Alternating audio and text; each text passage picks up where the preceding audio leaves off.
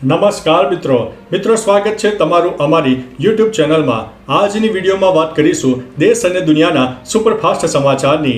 સૌપ્રથમ વાત કરીએ તો મોદીની રશિયા યાત્રાથી પશ્ચિમ દેશોને ઈર્ષા આવવા લાગી છે। વડાપ્રધાન નરેન્દ્રભાઈ મોદી રશિયાના રાષ્ટ્રપતિ પુતિનના આમંત્રણ પર 22મી જુલાઈએ ભારત અને રશિયા વાર્ષિક સમિટમાં ભાગ લેશે। પીએમ મોદી 8 અને 9 જુલાઈએ મોસ્કોમાં રહેવાનું આયોજન છે। આખી દુનિયાની નજર તેમના પ્રવાસ પર છે। રશિયન રાષ્ટ્રપતિ સત્તાવાર નિવાસસ્થાન અને કાર્યાલય ક્રેમલિનના પ્રવક્તા દિમિત્રી પેસ્કોવે દાવો કર્યો છે કે પશ્ચિમી દેશો આ મુલાકાતને ઈર્ષાની નજરથી જોઈ રહ્યા છે। મિત્રો, અન્ય મહત્વના સમાચારની વાત કરીએ તો 24 કલાકથી સતત વરસાદ વરસી રહ્યો છે। શાળાઓ પણ બંધ કરી દેવામાં આવી છે। દેશના ઘણા રાજ્યોમાં ભારે વરસાદ ચાલુ હતો। પશ્ચિમ બંગાળ, હિમાચલ પ્રદેશ, આસામ, ઉત્તરાખંડ, બિહાર સહિતના ઘણા રાજ્યોમાં પૂર જેવી પરિસ્થિતિનું નિર્માણ થયું છે। ઉત્તરાખંડના ઉધમસિંહ નગરમાં 24 કલાકથી સતત વરસાદ પડી રહ્યો છે। નદીઓમાં ઉછાળો જોવા મળી રહ્યો છે। ઘણા રાજ્યોમાં શાળા અને કોલેજો પણ બંધ કરી દેવામાં આવી છે। ગોવા, મણિપુર અને ઉત્તરાખંડના ઘણા જિલ્લાઓમાં પૂર અને ભૂસ્ખલનના કારણે સર્જાયેલી ઘટનાઓને ધ્યાનમાં રાખીને શાળા અને કોલેજો પણ બંધ કરી દેવામાં આવી છે। મિત્રો, અન્ય મહત્વના સમાચારની વાત કરીએ તો જગન્નાથ યાત્રામાં પુરી જે સ્થળ છે તેમાં નાસભાગનો એક વિડીયો સામે આવ્યો છે। જગન્નાથમાં યાત્રામાં પુરીનો જે વિસ્તાર છે તેમાં જે દોડધામ મચી ગઈ હતી તેનો એક અકસ્માતનો વિડીયો સામે આવ્યો છે। બલભદ્રજીના રથ ખેંચવા દરમિયાન અચાનક નાસભાગ મચી ગઈ હતી। આ દરમિયાન 400થી વધુ ભક્તો નીચે પડી ગયા હતા। આ ઘટનામાં એક શ્રદ્ધાળુનું મોત થયું છે। ઘાયલોને તાત્કાલિક હોસ્પિટલમાં દાખલ કરાયા હતા। મુખ્યમંત્રીએ પણ આ દુર્ઘટના પર શોક વ્યક્ત કર્યો હતો। હવે આ ઘટનાનો વિડીયો સામે આવી રહ્યો છે જે હવે વાયરલ પણ થઈ રહ્યો છે। મિત્રો, અન્ય મહત્વના સમાચારની વાત કરીએ તો આગ્રામાં તળાવમાં ડૂબતા 4 બાળકીઓના મોત થયા છે। ઉત્તર પ્રદેશના ખંડૌલીમાં યમુના એક્સપ્રેસ વે ઇન્ટરચેન્જ ખાતે રવિવારે સવારે 8 વાગ્યે પાણીમાં રમવા ગયેલા 5 બાળકો તળાવમાં ડૂબી ગયા હોવાના સમાચાર સામે આવી રહ્યા છે। આ તમામની ઉંમર 8 થી 12 વર્ષની વચ્ચે હોવાનું માનવામાં આવી રહ્યું છે।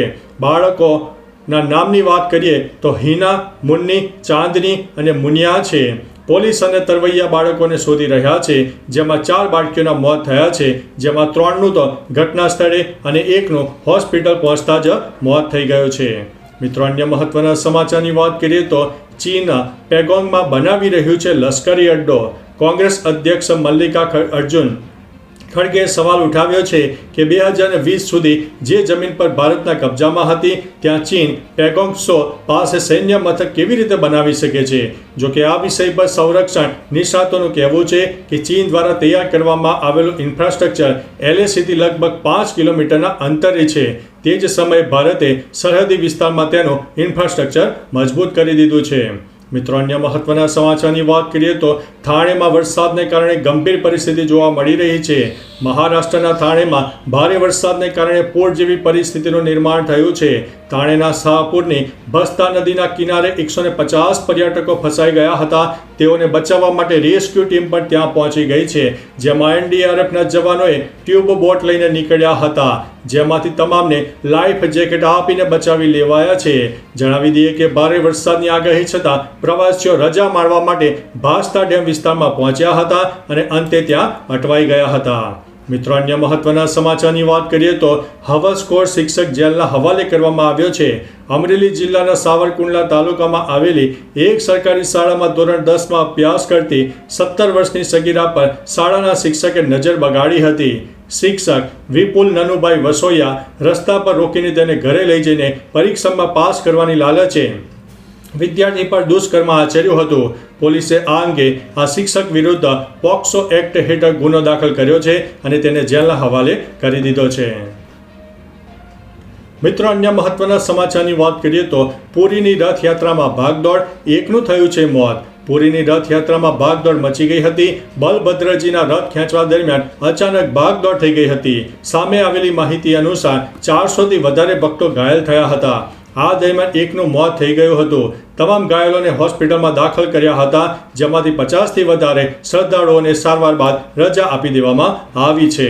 મિત્રો, અન્ય મહત્વના સમાચારની વાત કરીએ તો છેલ્લા 24 કલાકમાં 42 તાલુકામાં વરસાદ નોંધાયો છે। રાજ્યમાં હજુ પણ અમુક વિસ્તારમાં વરસાદી વાતાવરણ છે। ગઈકાલે સવારે 6 વાગ્યાથી લઈને 8 વાગ્યા સુધીમાં 2 કલાકમાં 14 તાલુકામાં વરસાદ પડ્યો હતો, જેમાં માલપુર, કામરેજ, જસદણ, ખેરગામ, ધરમપુરમાં અડધો ઇંચ વરસાદ નોંધાયો હતો. પાટણ, ઊંઝા, પલસાણા, બારડોલી, વાંસદા, કપરાડા, પારડી, વાપી અને ધનસુરામાં પણ વરસાદ પડ્યો હતો. છેલ્લા 24 કલાકની વાત કરીએ તો રાજ્યના 42 તાલુકામાં વરસાદ નોંધાઈ ગયો છે. દરમિયાન સૌથી વધુ વલસાડના વાપીમાં 1.25 ઇંચ જેટલો વરસાદ નોંધાઈ ગયો છે. મિત્રો, અન્ય મહત્વના સમાચારની વાત કરીએ તો કચ્છમાં ફરી એક વખત ભૂકંપનો આંચકો આવ્યો છે. કચ્છમાં ભૂકંપ આવવાનો સિલસિલો હજુ પણ યથાવત જોવા મળ્યો છે. ગઈકાલે વહેલી સવારે કચ્છમાં ભૂકંપનો આંચકો આવ્યો હતો, જેમાં 4 વાગ્યે અને 45 મિનિટે કચ્છના ખાવડા વિસ્તારમાં ભૂકંપનો આંચકો અનુભવાયો છે, જેમાં તેની તીવ્રતા 2.6ની હોવાનું માપવામાં આવ્યું છે. આ સિવાય ભૂકંપનું કેન્દ્રબિંદુ ખાવડાથી 34 કિલોમીટર દૂર હોવાનું સામે આવ્યું છે. મિત્રો, અન્ય મહત્વના સમાચારની વાત કરીએ તો ભોલે બાબાના વકીલે નાસભાગનું કારણ જણાવ્યું છે. ઉત્તર પ્રદેશના હાથરસમાં સુરજપાલ સિંહના સત્સંગ પછી નાસભાગને કારણે 121 નિર્દોષ લોકોના કરુણ મોત થયા છે. આ મામલામાં ભોલે બાબાના વકીલ AP સિંહે રવિવારે ષડયંત્રનો ગંભીર આરોપ લગાવ્યો છે. તેમણે દાવો કર્યો છે કે સત્સંગ દરમિયાન કેટલાક લોકોએ ભીડમાં ઝેરી સ્પ્રેથી ભરેલા કેન ખોલ્યા હતા, જેના કારણે નાસભાગ મચી ગઈ હતી. તો ચાલો મિત્રો, ફરીથી દેશ અને દુનિયાના સુપરફાસ્ટ સમાચાર લઈને મળતા રહીશો. ત્યાં સુધી અમને રજા આપશો. નમસ્તે.